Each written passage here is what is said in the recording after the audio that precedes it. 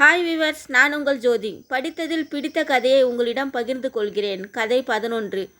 மனநோயாளி. ஒரு மனநல மருத்துவமனை. அங்கே அழகன் என்ற பெயருடைய ஒருவன் சிகிச்சை பெற்று வந்தான்.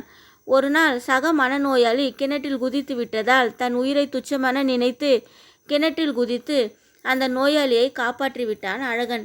அதை கேள்விப்பட்ட மருத்துவர் அழகனை அழைத்து, உனக்கு ஒரு நல்ல செய்தியும் ஒரு துக்கமான செய்தியும் சொல்லப்போகிறேன் என்றார். உடனே அழகன், சொல்லுங்க டாக்டர் என்றான். நீ உனது நண்பனை காப்பாற்றியதால் நீ சுகமடைந்து விட்டாய் என்று நினைக்கிறேன். நீ வீட்டுக்கு போகலாம். இது நல்ல செய்தி என்றார். பிறகு துக்கமான செய்தி, நீ கிணற்றில் குதித்து காப்பாற்றிய உன் நண்பன் தூக்கு போட்டு தற்கொலை செய்து கொண்டான் என்று டாக்டர் சொல்லி முடித்ததும் அழகன் ஆர்வமுடன் சொன்னான், டாக்டர், அவன் சாகவில்லை.